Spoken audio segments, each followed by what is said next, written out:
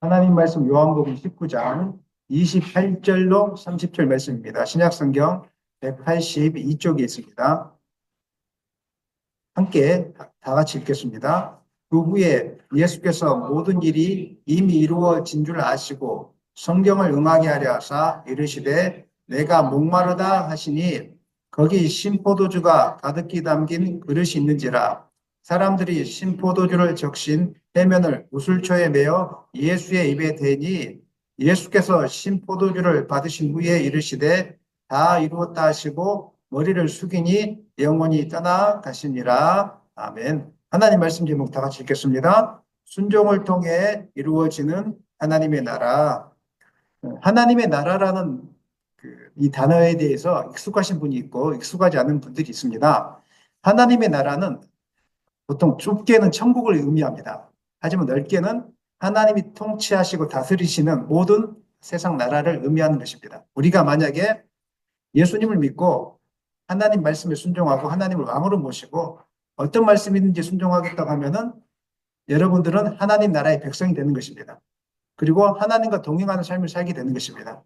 그래서 좁게는 우리가 죽고 나면 가는 하나님이 다스리는 그 세상이 천국이고 천국이라고 말하지만 이 땅에서 하나님을 주인으로 모시고 살면은 하나님의 나라에 속해 있고 천국을 누릴 수가 있는 것입니다. 그래서 하나님 나라는 천국의 조금 더 넓은 개념으로 여러분들이 이해하시면 될 것 같습니다. 성경은 하나님의 나라에 대해서 창세기부터 요한계시록까지 우리에게 지금 말씀하고 있습니다. 요한계시록 보니까 하나님이 통치하신 나라가 어떤 나라일까? 천국의 조그마한 상징을 보여주고 있는데 요한계시록 21장 3절로 4절 한번 읽어보겠습니다. 보라, 하나님의 장막이 사람들과 함께 있음에 하나님이 그들과 함께 계시리니 그들은 하나님의 백성이 되고 하나님은 친히 그들과 함께 계셔서 모든 눈물을 그 눈에서 닦아주시니 다시는 사망이 없고 애통하는 것이나 복하는 것이나 아픈 것이 다시 있지 아니하리니 처음 것들이 다 지나갔음이라라. 천국의 모습, 하나님이 함께 하시는 그 하나님 나라의 모습이 이렇다는 것입니다. 거기는 영원한 실패가 없습니다. 영원한 두려움이 없습니다. 슬픔이 없습니다. 만나는 곳입니다. 헤어짐이 없는 곳입니다. 완전한 곳입니다. 이 이야기를 지금 요한계시록에서 조금만 우리에게 보여주고 있습니다. 여러분에게 그런 천국이 있다는 것을 기억하셨으면 좋겠습니다. 혹시 제가 사진 하나 띄워드릴 텐데 이분이 누군지 아세요? 이름 나와 있죠. 그 악동 뮤지션의 이찬혁 씨입니다. 이찬혁 씨가 최근에 2022년도에 발매된 첫 솔로 앨범이 있는데 그때 천국에 대한 가사를 이렇게 간에 담았습니다. 이분이 요즘에 왜 뜨게 되었냐면은 그 최근에 청룡 영화상인가 45회 청룡 영화상에 이 노래를 불렀습니다. 이 노래의 내용은 무엇이냐면은 이제 자신의 장례식이 축하와 환호로 가득한 파티처럼 되었으면 좋겠다. 천국에서는 자기보다 더 큰 사자를 만나게 되고 또 친구를 삼게 될 것이다. 천국은 땅의 단어로는 표현할 수 없는 놀라운 경험이 있다. 내가 사진을 찍어서 보낼 수 있다면 너희들에게 보내주고 싶다. 이런 이야기를 하면서 이 천국을 온전히 전하지 못해서 안타까운 마음이다. 천국에 갔을 때 이야기를 자기가 노래로 만들었어요. 그리고 퍼포먼스를 보여줬는데 우리가 보통 관에는 어떻게 들어갑니까? 누워서 들어가죠. 근데 관의 퍼포먼스에 영화제에서 엎드려서 들어가는 퍼포먼스를 보여주고 관에 실려서 밖으로 나갑니다. 마지막에. 왜 엎드렸을까요? 천국에 입성하는 거잖아요. 이렇게 표현했습니다. 이걸 보면서 사람들이 감동을 입었답니다. 감동을 받았는데 그 가사가 어떻게 되었냐면 마지막에 이렇게 나옵니다. 찬송가 아닙니다. 그냥 가요입니다. 할렐루야, 꿈의 왕국에 입성한 아들을입니다. 아들을 위해 할렐루야, 함께 일어나 춤을 추고 뛰며 찬양해. 할렐루야, 꿈의 왕국에 입성한 아들을 위해 할렐루야, 큰 목소리로 기뻐 손뼉치며 외치세. 이거 복음송 같죠? 복음성이 아니라 가요입니다. 그런데 이 가요를 듣고 아무도 거부감을 느끼지 않았습니다. 그 밑에 댓글들을 보면 뭐라고 달려있냐면 제가 깜짝 놀랐습니다. 뭐라고 달려있냐면 최근에 돌아가신 부모님이 계시는데 이 노래를 들으니까 위로를 받았다. 그다음에 최근에 또 무한 참사 이런 당한 일들이 있지 않습니까? 그분들이 위로를 받는다는 거예요. 그동안 우리가 천국에 대한 개념에 생각했을 때는 죽음에 대한 개념에 대해서 생각했을 때는 두려움과 고통과 슬픔과 아픔뿐이었다고 생각했는데 이찬혁 씨가 부른 노래를 듣고 나니까 죽음이 아픔과 어두움과 두려움이 아니라 기쁨이 될 수 있다는 것을 발견하기 시작한 것입니다. 그런 사람들이 이 노래를 듣고 위로를 받기 시작하고 천재 뮤지션이 등장했다. 복음성이고 하나님의 나라를 증거하고 그동안 이 땅에 있는 사람들에게 관심을, 이 땅의 모든 사람들이 이 땅의 것만 관심 갖고 있었는데 이 땅의 것이 아니라 천국에 대한 관심을 돌렸다는 거예요. 제가 그 영화제에 참석했던 영화인들 표정을 봤어요. 감동을 받고 막 이렇게 얼굴 있잖아요. 감동받은 표정. 자기들이 영화를 만들고 봤을 때도 감동했지만 이 노래를 듣고 나서 엄청 감동을 받고 위로를 받게 되는 이런 일들이 있게 되었다는 것입니다. 하나님의 나라는 이런 것입니다. 몽골 선교사의 자녀가 하나님 앞에 이렇게 쓰임 받아서 복음성이 아님에도 불구하고 많은 사람들에게 천국이 있다라고 자신감 있게 노래를 불러서 선포하니까 많은 사람들이 천국 이야기만 들어도 위로를 받았던 것처럼 오늘 이 땅에 여러분 절망뿐이고 소망이 없지만 여러분 가운데 천국이 있다는 것. 이걸 가지고 여러분 소망 가운데 살아나기를 소망합니다. 좋은 나라가 여러분 가운데 있다는 걸 소망하기를 원합니다. 죽어서 가는 나라뿐만 아니라 이 땅에 예수님을 믿고 하나님과 동행하며 살 때 이런 나라가 여러분의 것이 될 줄을 여러분 믿기를 예수님의 이름으로 축원합니다. 그래서 오늘 요한복음은 예수님이 요한복음을 다른 관점으로 이야기하면 예수님이 이 땅에 오신 이유는 바로 하나님의 나라를 우리에게 선물로 주기 위해서 지옥처럼 살고 있는 사람들에게 하나님의 나라가 있다. 천국이 있다. 하나님 나라를 선물로 주기 위해서 이 땅에 오신 것입니다. 그리고 하나님 나라는 어떻게 이루어집니까? 하나님 나라는 순종을 통해서만이 이루어지고 확장되는 나라가 하나님의 나라입니다.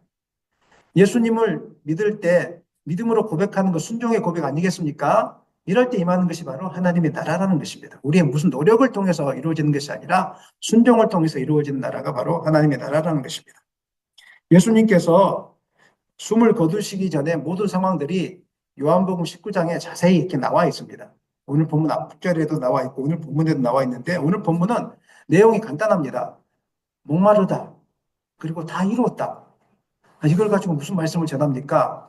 할 수 있습니다. 목마르다. 다 이뤘는데 여기 안에 무슨 메시지가 있겠습니까? 아니 있습니다. 예수님은 왜 고통스러운 십자가 위에서 가만히 계시지 않고 너무 힘들잖아요. 목마르고. 목마르다 이렇게 선포하셨을까요? 여기서 28절입니다. 시작. 그 후에 예수께서 모든 일이 이미 이루어 주신 줄 아시고 성경을 응하게 하려 하사 이르시되 내가 목마르다 하시니 이렇게 이야기했습니다. 일반적으로 사람들이 물을 마시지 않으면 탈수 증세가 찾아옵니다. 하루만 물을 마시지 않아도 입이 짝짝 달라붙습니다. 이틀 마시지 않으면 거의 죽게 되죠. 3일 동안 물을 못 마시면 죽는다는 이야기가 있더라고요. 쩍쩍 입이 마르게 됩니다. 근데 예수님은 피를 많이 흘리셨어요. 그러니 입이 얼마나 말랐겠습니까? 아마 입술이 혀가 천장에 달라붙었을 것입니다.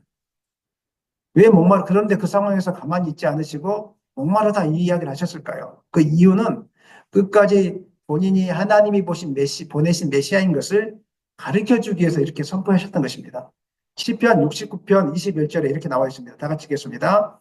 그들이 슬개를 나의 음식물로 주며 목마를 때에는 주를 마시게 하였사오니 주님께서 목마르다 이 하신 것은 시편 69편의 예언의 말씀과 관련이 되어 있습니다. 시편에는 주님이 어떻게 돌아가실지 또 이사야서에는 어떻게 돌아가실지 다 나와 있지만 특별히 시편 69편에는 구체적으로 나와 있습니다.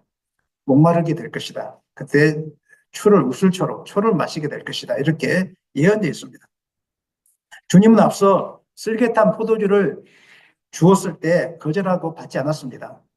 쓸개탄 포도주, 마태복음에서는 쓸개탄 포도주라고 나와 있지만 마가복음에서는 모략을 탄 포도주라고 나와 있습니다. 모략이 무엇입니까? 마약 성분이 있는 것입니다. 십자가에서 마지막에 죽어갈 때 고통 없이 죽으라고 자비를 베풀어 주는 겁니다. 마약을 탄 모약을 섞은 포도주를 마시게 해서 마지막 고통스럽지 않게 죽게 해서 하는 것인데 그때는 마약을 먹으면 정신이 혼미해집니다. 근데 예수님 받지 않으셨어요. 왜냐하면 끝까지 정신이 혼미한 상태로 숨을 거두기를 원하지 않으셨어요. 끝까지 우리에게 천국을 선물로 주기 위해서 하나님의 약속의 말씀을 성취하기 위해서 끝까지 안 받으셨던 거예요. 근데 마지막에 너무 목이 마르셨어요. 그래서 밑에서 무엇을 주었냐면은 이제 신포도주를 이렇게 해용에 묻혀서 주시니까 그거는 너무 목이 마르니까 입에 가까이 되었는데 그때 하신 말씀이 목마르다. 목이 말랐기 때문에 목마르다 하신 것도 있지만 시편의 말씀을 응하게 하기 위해서 봐라 끝까지 이 말씀이 죽을 때까지 예수님은 말씀에 순종해서 가신 분이라는 것. 그리고 메시아라는 이 사실을 죽는 그 순간까지 예수님은 온 세상 백성들 가운데 나타내 보이셨다는 것입니다.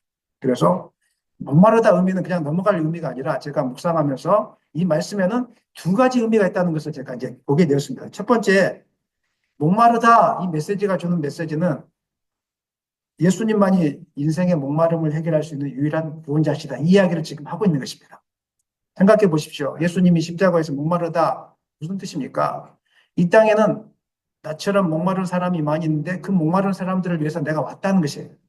내가 분명한 메시아다 이 이야기를 지금 십자가 위에서 하고 있는 것입니다. 오늘날 많은 사람들이 육적인 목마름뿐만 아니라 영적인 목마름 가운데 시달리고 있습니다. 그래서 자신의 존재 이유에 대해서 자꾸 묻습니다. 나는 왜 여기 있는가? 나는 왜 여기에 사는가? 인생이 어렵지 않을 때는 이런 질문을 던지지 않습니다. 근데 인생이 무너지기 시작하고 내가 뜻하지 않는 길로 가기 시작하면은 내가 왜 이 세상에 왜 살지? 굳이 오랫동안 뭐 10년, 100년, 80년 이렇게 살 필요가 있을까? 그냥 오늘 죽어도 뭐 이상 없지 않을까? 이런 고민들, 자체에 대한 질문들을 하기 시작하는 것은 다른 것이 아니라 이미 영적인 목마름이 그 가운데 찾아왔다는 것입니다. 그래서 사람들이 목마름을 해결하기 위해서 일상적인 패턴에서 벗어나기 위해서 많은 노력들을 합니다. 여행을 가기도 하고 취미 생활을 하기도 하고 내가 한 번도 경험하지 못했던 경험들을 찾기 시작하고 또 이제 예수님이 아니라 다른 종교를 믿으면서 영적인 활동 뭐 그런 거 또 하기 시작하고 영적인 일들을 자기가 나름대로 찾아서 이렇게 하기 시작한다는 것입니다. 요즘에 영적으로 공허한 사람들이 많이 탐닉하고 있는 것이 있는데 그것이 무엇일까요? 제가 고민해 보니까 음식입니다. 요즘은 전부 텔레비전에 음식에 대해서 막 그렇게 나옵니다. 모든 프로그램이 음식 먹는 거에 대해서 그렇게 많이 보여주고 있습니다. 우연의 일치는 아닐 것입니다. 이 시대가 물질적으로는 풍요로워졌지만 영적으로는 소외되고 공허하고 외롭다는 것을 반증하는 것이 바로 이제 먹는 것으로 많이 나타나고 있지 않는가 이런 생각들을 제가 해보게 되었습니다.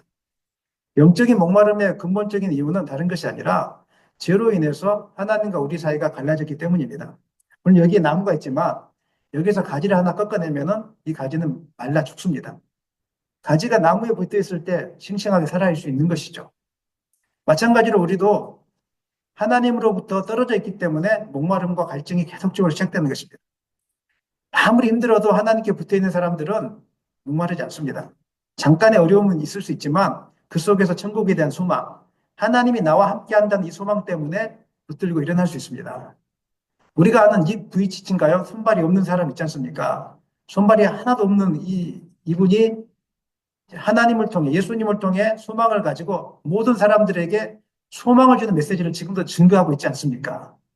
그러니까 영적인 목마름은 환경의 문제가 아니라 무엇의 문제라고요? 하나님과 관계의 문제라는 것을 오늘 이 시대의 모든 환경들, 그 다음에 성경은 우리에게 지금 이야기하고 있는 것입니다.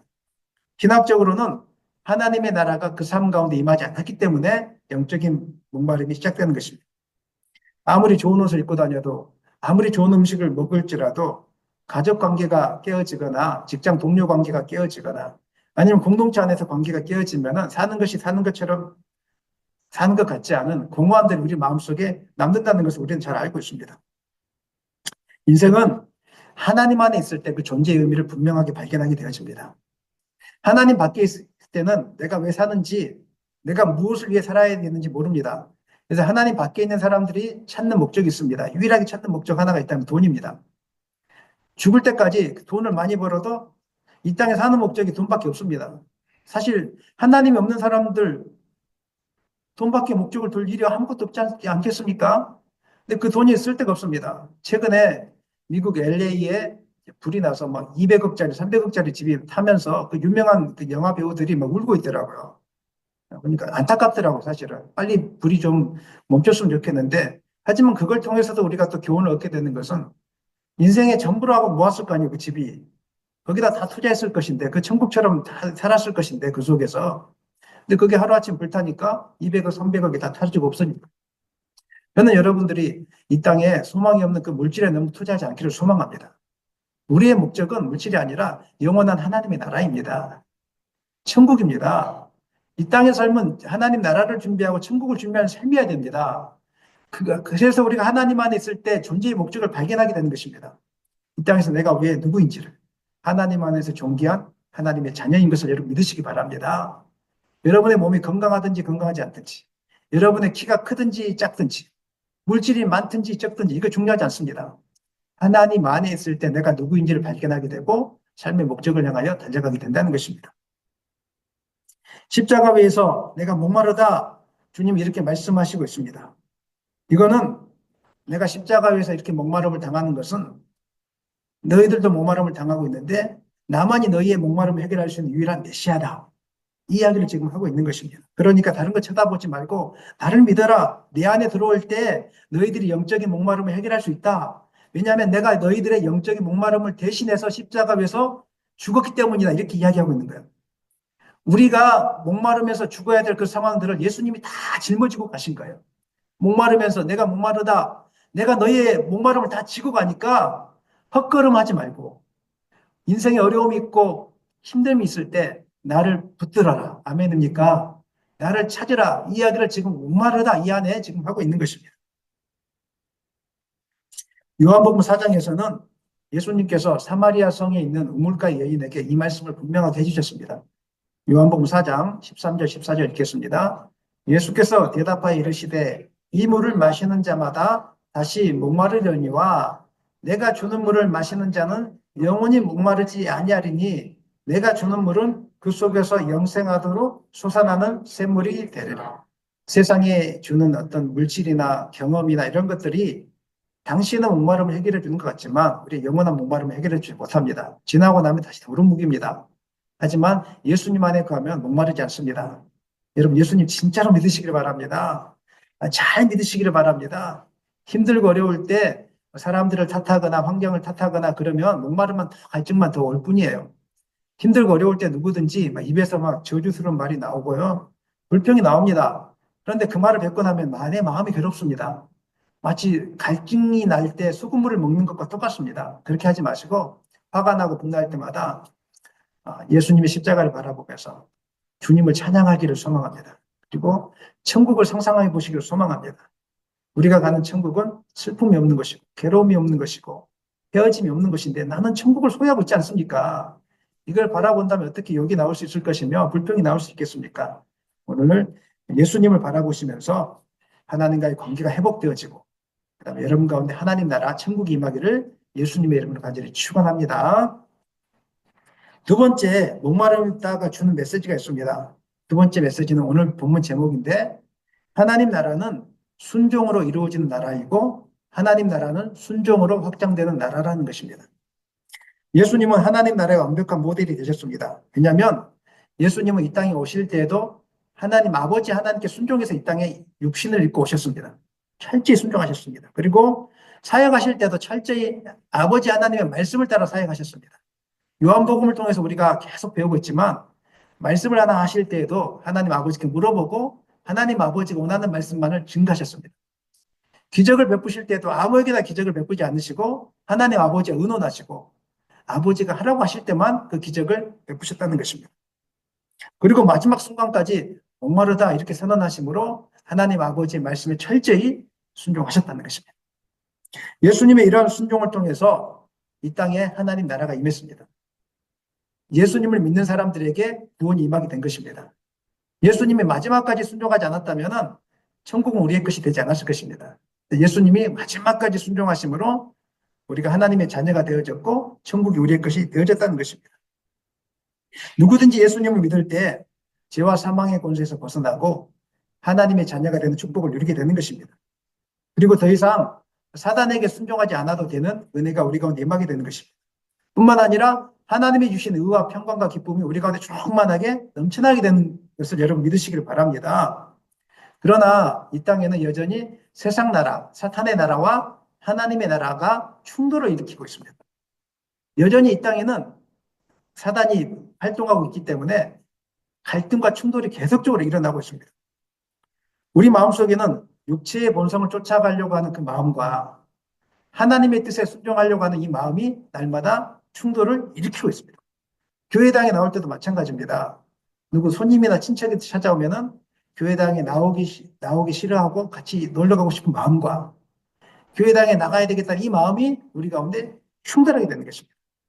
물질 앞에서도 갑자기 큰 물질이 주어지면은 이것을 내가 다 써야 되겠다는 마음과 하나님 앞에 감사의 예물을 드려야 되겠다 이 마음이 충돌을 일으키게 되는 것입니다. 우리는 끊임없이 싸우고 있습니다. 그런데 여기에서 우리가 하나님 말씀에 순종하지 않냐면 하나님 나라 천국이 우리 가운데 임하지 않고 지옥이 임하게 되는 것입니다. 그 순간에 하나님 말씀을 쫓아서 하나님 앞에 순종하고 예배를 드리기를 사모하고 기도를 사모하고 선한 일을 하기를 순종하면은 하나님의 나라가 하나님의 천국이 여러분 가운데 임하게 되는 것입니다. 우리가 하나님 말씀에 순종하면은 그 말씀이 먼저 우리의 마음과 생각을 변화시키기 시작합니다. 그러면서 우리의 성품이 하나님을 닮아가기 시작합니다. 그래서 삶 속에 하나님의 정의와 공의가 드러나기 시작합니다. 사랑과 나눔을 실천하는 일들이 가능하기 시작하는 것입니다. 그리고 하나님의 복음을 증거하기 시작합니다. 그러니까 우리 마음에도 기쁨이 넘쳐나지만 우리의 작은 행동을 통해서 주변의 사람들에게도 복음이 증거되어지고 하나님이 어떤 분인지를 깨닫게 해주심으로 모든 사람들에게도 동일하게 하나님 나라가 확장되어지는 것입니다. 중요한 것은 내가 순종하면은 나에게도 하나님 나라가 임하지만 내가 순종하면 나를 통해서 누구에게도 임한다고요? 옆 사람에게도 하나님 나라가 이렇게 임하게 되는 것입니다. 그래서 이런 결과 때문에 우리 가운데 세상이 줄 수 없는 기쁨과 희락과 성령의 열매들을 우리 가운데 충만하게 맺히게 되는 것입니다. 하나님 말씀에 대한 순종을 우리가 생각해 보면 대부분 사람들이 큰 것들을 생각합니다. 순종이라고 이야기하니까 무거운 것들을 생각하지 않습니까? 당장 선교로 나가야 되겠다. 아니면 뭐 엄청난 돈을 헌금해야 될 것 같다. 아니면 매일마다 새벽 기도에 나와야 될 것 같다. 뭐 이런 엄청난 순종에 대해서 이야기하지만 성경은 그것을 이야기하고 있지 않습니다.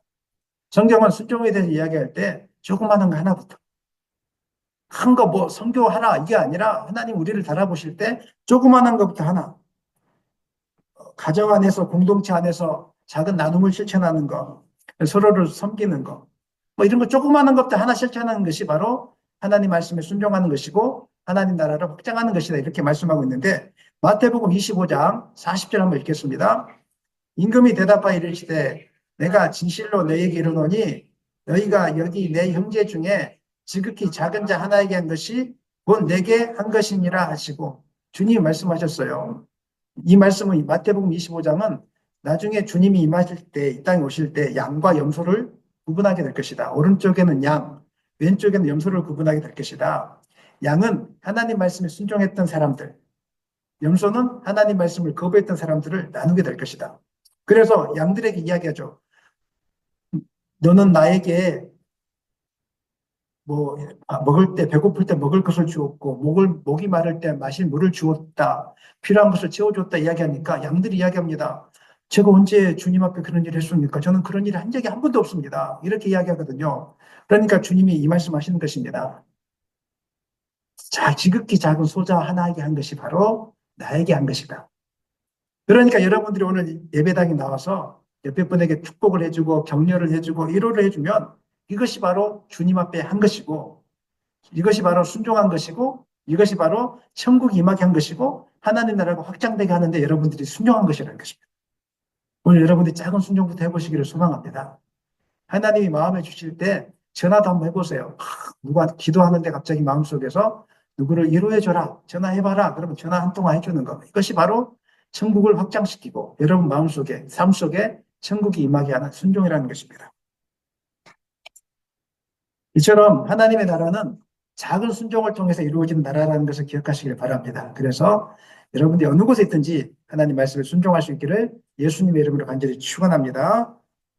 두 번째는 이제 예수님께서 극도로 목이 말라서 신포도주를 받으신 후에 이렇게 이야기했습니다. 다 이루었다 말씀하셨습니다. 요한복음 19장 30절, 28, 30절 읽겠습니다. 예수께서 신포도주를 받으신 후에 이르시되 다 이루었다 하시고 머리를 숙이니 영혼이 떠나 가시니라. 다 이루었다 이 말씀은 십자가 위에서 한 말씀 6번째에 해당하는 말씀입니다. 가상칠언 십자가 위에서 7가지 말씀을 하시는데 그 중에 6번째가 바로 다 이루었다 이 말씀을 하셨습니다. 다 이루었다 이 말씀의 뜻은 예수님께서 십자가 위에서 이제 생명을 바치심으로 인해서 인류에게 주어진 죄와 그 죄로 말미암는 형벌과 율법의 요구를 예수님께서 완전히 충족하셨다 이런 뜻입니다. 그래서 또 하나님께서 인류를 구원하시기 위해서 창세기부터 계획하신 모든 일들이 예수님의 죽음을 통해서 완전히 이루어졌다. 그래서 예수님 십자가에서 이제 죽으실 때 다 이루었다 이렇게 말씀하신 것입니다. 그러므로 십자가 사건은 구약의 옛 언약을 마무리하고 예수님의 피로 세워진 새 언약을 시작하는 전환점이 되는 것입니다. 구약의 옛 언약과 새 언약, 옛 언약, 새 언약 하니까 좀 어려운 말이 될 수 있습니다. 옛 언약은 모델하우스 같은 개념입니다. 아파트를 지을 때 모델하우스가 어떤 겁니까? 짓기 전에 아파트의 모양은 이런 겁니다. 거실은 이런 모양이 생겼고 침실은 이렇게 생겼습니다. 그러면서 이제 아파트가 올라가죠. 그 아파트를 짓고 나면 모델하우스는 필요 있습니까? 없습니까? 필요 없잖아요. 이제 아파트가 지어졌기 때문에 마찬가지입니다. 구약의 옛 언약은 오실 예수님을 예표하게 한 예수님이 오시면 이런 일들을 감당하게 될 거야. 그리고 이런 일들을 행하게 될 거야. 이런 모델하우스의 개념이 바로 옛 언약이고요. 예수님이 십자가에서 이제 죽으심으로 모델하우스는 필요 있다 없다? 없고 새로운 언약을 우리 가운데 주어졌습니다. 새로운 약속이 주어졌습니다. 그 약속을 따라가면 되는 것입니다. 그래서 예수님 다 이루었다 이렇게 이야기하는 것입니다. 조금 더 어렵지만 옛 언약과 새 언약의 차이에 대해서 제가 오늘 이 시간에 잠깐 말씀을 드리고 말씀 마치도록 하겠습니다. 옛 언약이 무엇이냐면 하나님이 이스라엘 백성과 맺은 언약으로 모세를 통해서 시내산에서 주어진 언약이 바로 옛 언약입니다. 약속입니다. 이때 하나님 말씀하시죠. 율법을 주시면서 나는 너희 하나님이 될 것이고 나는 너의 백성이 될 것이다. 그러니까 하나님 나라의 다스림 안에 들어오는 백성이 될 것이다. 이 옛 언약을 통해서라도 하나님 나라가 너희 가운데 임했다 이야기를 지금 하고 있는 것입니다. 옛 언약의 중심은 율법이 중심이었습니다. 십계명과 같은 율법이 중심이었고 이스라엘 백성이 하나님의 거룩한 백성이 되고 하나님의 구속 계획이 그 안에서 제정되기 위해서 율법을 하나님께서 주신 것입니다. 그래서 율법을 지켜야만이 하나님과의 관계가 회복되어졌습니다. 그 다음에 아브라함의 자손들만이 이 옛 언약의 혜택을 받을 수 있었습니다. 물론 이방인들 중에서도 몇몇은 혜택을 받은 사람들이 있었습니다. 우리가 아는 그 여호수아에 보면은 누구죠? 기생 라합 이방인이었지 않습니까? 하지만 그가 하나님을 사모함으로 그 안에 구원이 주어졌지 않습니까? 이런 이야기는 종종 등장하고 있습니다. 그래서 기본적으로는 유대인들, 아브라함의 자손이 혈통적으로 언약의 백성이었습니다. 이게 바로 이제 옛 언약의 특징입니다. 하지만 새 언약은 예수님이 십자가 위에서 피로 세우신 언약입니다. 그래서 율법 중심이 아니라 오직 하나님의 은혜로 말미암아 주어지는 언약입니다. 누구든지 자신의 죄를 고백하고 예수님께서 자신의 죄를 위해서 십자가에서 달렸다는 것을 고백하고 예수님을 구원자로 모셔드리기만 하면은 하나님의 백성이 되고 여러분 천국이 주어지게 되는 것입니다. 이것은 나의 노력으로 되는 것이 아니라 오직 무엇으로 되는 것이라고요? 하나님의 은혜로. 하나님의 은혜로. 이것이 바로 은혜가 되는 것입니다. 새 언약의 특징이라는 것입니다. 그리고 새 언약의 대상은 아브라함의 혈통뿐만 아니라 이제는 누구든지 예수를 믿기로 작정한 사람은 누구든지 바로 하나님의 나라에 속한 천국 백성이 된다는 것입니다. 또 살펴볼 것이 있다면 옛 언약 아래에서 하나님과 우리 사이를 연결해주는 매개체가 있었습니다. 그 매개체가 무엇이었습니까? 짐승의 피와 제사장이었습니다. 양이나 소와 같은 희생제물로 우리의 우리의 죄가 사함 받았고 또 제사장이 하나님과 우리 사이의 중보적인 역할을 하기 시작했습니다. 레위기 16장 15절로 16절 읽겠습니다. 또 백성을 위한 속죄제 염소를 잡아 그 피를 가지고 기장 안으로 들어가서 그 수송아지 피로 행한 같이 그 피로 행하여 속죄소 위와 속죄소 앞에 뿌릴지니 곧 이스라엘 자손의 보정과 그들이 범한 모든 죄로 말미암아 지성소를 위하여 속죄하고 또 그들의 부정한 중에 있는 회막을 위하여 그같이 할 것이요. 그 당시에 죄사함, 하나님과의 관계 회복은 이렇게 복잡했습니다. 짐승의 피를 가지고 제사장을 통해서 이렇게 나아가게 됐다는 것입니다. 그런데 새 언약 아래에서 하나님과 우리 사이에 언약의 매개체가 있습니다. 그게 무엇일까요? 그건 바로 예수님의 피와 성령을 통해서, 예수님의 피와 성령을 통해서 이게 가능합니다. 예수님이 완전한 희생제물이 되시고 대제사장이 되셔서 하나님과 인간 사이를 중재하셨고, 성령께서 믿는 자들의 마음 가운데 임하심으로 인해서 이제는 하나님과 친밀한 관계가 회복되어지게 됐다는 것입니다. 완전히 달라지게 되었습니다. 우리 히브리서 19장 12절로 14절 읽겠습니다. 염소와 송아지의 피로 하지 아니하고 오직 자기의 피로 영원한 속죄를 이루사 단번에 성소에 들어가셨느니라. 염소와 항소의 피와 및 암송아지의 죄를 부정한 자에게 뿌려 그 육체를 정결하게 하여 거룩하게 하거든. 여기까지는 옛 언약이죠. 14절.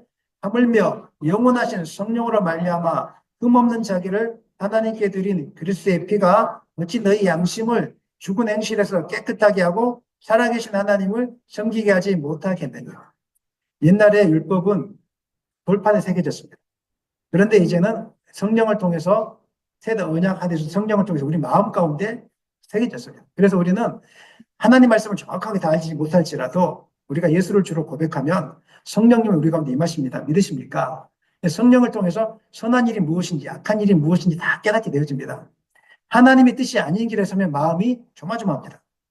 하나님의 뜻인 길에 서면 마음의 기쁨이 가득하게 되어집니다. 이거는 우리가 다 알게 되는 사실입니다. 그래서 내가 할 수 없는 것을 성령을 통해서 우리가 이것들을 가능하게 만드는 것입니다. 옛 언약 아래 돌판에 새겨진 옛 언약을 지키는 백성들은 너무 힘들었습니다. 아무리 노력을 해도 안 되는 겁니다. 노력을 하면 할수록 더 힘들고 괴로움만 더했을 뿐입니다. 안식일에 뭐 먹지도 말아야 되고 뭘 하지도 말아야 되고 매일 하지 말아야 된다고 하니까 괴로움만 더했을 뿐입니다. 그런데 지금은 뭘 하지 말아야 된다고 할지라도 기쁨이 되어집니다. 무슨 차이겠습니까? 옛날에는 의무유적이었습니다. 내가 하기 싫은 거 억지로 해야 되고 학교 가기 싫은데 억지로 가야 되고 공부하기 싫은데 억지로 해야 되고 의무적이니까 막 너무 하기 싫은 거예요. 근데 새 언약 아래에서는 의무가 아닙니다. 새 언약 아래에서는 성령을 통해서 하나님의 은혜로 말미암아, 그 다음에 예수님의 사랑으로 말미암아 그냥 자연적으로 되어지게 되었습니다. 여러분들에게 누군가가 한 100억씩 준다면 여러분 여러분에게 100억을 준 사람에게 충성을 다하지 않겠습니까? 안 하시겠습니까? 안 받아봐서 모르시겠습니까? 감사함을 하겠죠, 뭐든지. 내가 저녁에 100억 줄 테니까 새벽 1시에 나가시겠습니까? 안 나가시겠습니까? 어, 춥다고 안 나갈 사람 있습니까? 무조건 나가죠. 기쁨을 할렐루야 하면서 기쁨으로 달려가는 것이죠. 그 다음에 아무리 게으른 사람도요, 사랑하는 사람이 나타나면은 부지런해진답니다. 게을려서 막 밖에 나가기 싫어하고 게을려서 샤워하기 싫어하고 했는데 사랑하는 사람, 멋진 사람이 나타나면요, 갑자기 안 하던 샤워도 하기 시작하고 갑자기 막 화장도 하기 시작하고 막 좋은 옷도 사입기 시작하고 막 새벽에 막 아침 8시, 9시, 10시에도 못 일했던 아이가 사랑하는 사람이 생기니까 막 새벽 5시부터 일하기 시작하고 이게 바로 은혜의 힘이고 사랑의 힘입니다. 율법 아래에서는 은혜로 하는 것이 아니라 자기 의지와 노력을 하니까 너무 힘들었습니다.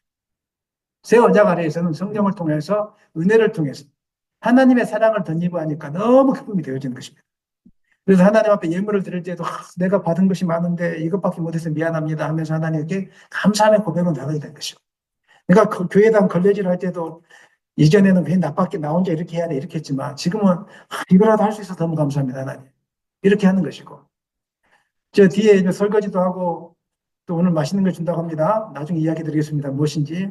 맛있는 거 나오는데 그거 할 때도 내가 좀 더 섬겨보겠다고 막 이렇게 이야기하면서, 이전에는 다 모든 게 싫었는데 지금 은혜 안에 있는 백성들은 모든 게 기쁨이 되어지고 천국이 되어지고 모든 것이 기쁨이 되어지는 이런 일들이 있게 되는 것입니다.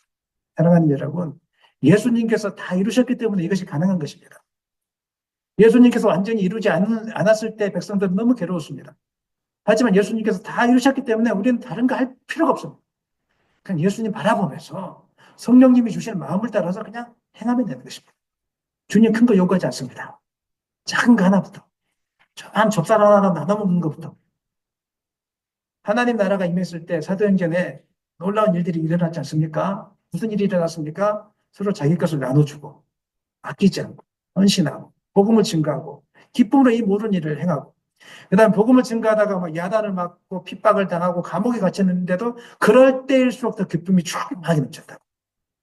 네, 찬송이 넘쳐나고 이건 바로 새 언약, 예수님이 완성한 새 언약 때문에 우리가 이렇게 가능하게 된 것입니다. 그리고 옛 언약 아래에서는 제사는 반복적으로 드려야 됐습니다. 왜냐하면 인간의 죄를 영원히 제거할 수 없었기 때문입니다. 히브리서 10장 4절 읽겠습니다. 3절 4절. 그러나 이 제사들에는 해마다 죄를 기억하게 하는 것이 있나니 이는 황소와 염소의 피가 능히 죄를 없이 하지 못함이라. 이렇게 반복적으로 얼마나 힘들었겠습니까? 반복적으로. 하지만 예수님께서는 이제 십자가 위에서 단번에 들이심으로 다 예수님의 구속을 완성하셨습니다. 하나님의 구속 계획을 다 완성하셨습니다. 이걸 다 끝입니다. 반복돼서 할 필요가 없습니다. 10장 14절로 읽겠습니다. 그가 거룩하게 된 자들을 한 번의 제사로 영원히 온전하게 하셨느니라. 그러니까 우리는 예수님을 의지해서 새 언약 아래 있는 백성 예수님을 의지해서 나가기만 하면은 반복적인 제사가 필요 없습니다. 죄를 짓고 나면은 성령의 인도하심을 따라서 회개하고 고백하고 나아가면 되는 것입니다. 그러면 하나님과의 관계가 완전히 회복되게 되는 것입니다. 결론적으로 예수님께서 십자가 위에서 다 이루셨다 이렇게 말씀하시는 것은 옛 언약 아래에서 율법이 요구했던 것을 예수님이 다 성취했다는 것입니다. 그리고 죄를 향한 하나님의 진노가 다 해결됐다는 것입니다. 믿으십니까? 그러므로 예수님께서 완성하신 구속의 완성에는 다른 것이 더할 필요가 있다는 것입니까? 없다는 것입니까? 없습니다. 다 이루셨다고 했는데 요즘에 이단들이 뭐 전도를 많이 해야지 구원받는다고 이야기하고 헌금을 많이 해야지 구원받는다고 이야기하고 새벽 기도를 나와야지 구원받는다고 이야기하고 이게 맞는 말입니까? 틀린 말입니까? 빨리 이야기해 보십시오. 맞는 말입니까? 틀린 말입니까? 다 이루셨는데 자꾸 거기에다가 뭘 더 해야 된다고 더 해야 된다고 이렇게 하는 것은 이건 가짜 복음이고 다른 복음이고 사도 바울의 말을 표현하면 저주에 빠질 복음이 바로 이 다른 복음입니다. 예수님 다 이루셨습니다. 더 이상 필요가 없습니다. 이제 은혜를 따라 살면 되는 것입니다. 우리는 하나님 말씀에 순종하며 살면 되는 것입니다. 순종도 억지로 하는 것이 아니라 은혜와 사랑 가운데 기쁨으로 성령을 따라 그냥 저절로 이렇게 하게 되는 것입니다. 그리고 예수님을 믿기만 하면 우리의 천국이 약속되어 있습니다. 이 땅에서 하나님 나라를 누릴 수 있습니다. 말씀 마무리하겠습니다. 예수님께서 십자가 위에서 목마르다, 다 이루었다 이 고백은 정말 중요한 고백입니다. 목마르다 이 고백을 통해서 하나님 나라는 순종을 통해서 이루어진 나라구나. 천국은 우리가 순종할 때 확장이 되어지는 거구나. 이걸 말씀하셨고 다 이뤘다 이 말씀을 통해서도 예수님 한 분만으로 충분하구나. 이 이야기를 우리에게 지금 하고 있는 것입니다. 그래서 오늘 이 땅을 살아갈 때 천국이 여러분의 것이 된 줄로 믿으시길 바랍니다. 또 하나님 나라가 여러분 가운데 임한 것을 이미 믿으시길 바랍니다. 하지만 이 상태로 머물 것이 아니라 하나님 나라는 예수님이 다시 오실 때 완전히 완성이 되지만 그 전까지는 여전히 싸운 나라이기 때문에 이 나라를 확장시켜 나가야 됩니다. 어떻게 확장시켜 나갈 수 있겠습니까? 하나님 말씀에 대한 순종을. 조그만 일에 대한 순종부터 시작하십시오. 그러면 하나님 나라가 여러분 가정 가운데 임하게 될 것입니다. 하나님 나라가 교회 공동체 가운데 임하게 될 것입니다. 하나님 나라가 우리나라 온 세상 가운데 임하게 될 것입니다. 여러분의 조그만 순종을 통하여 하나님 나라가 천국이 온 세상 가운데 임하기를 예수님의 이름으로 간절히 축원합니다.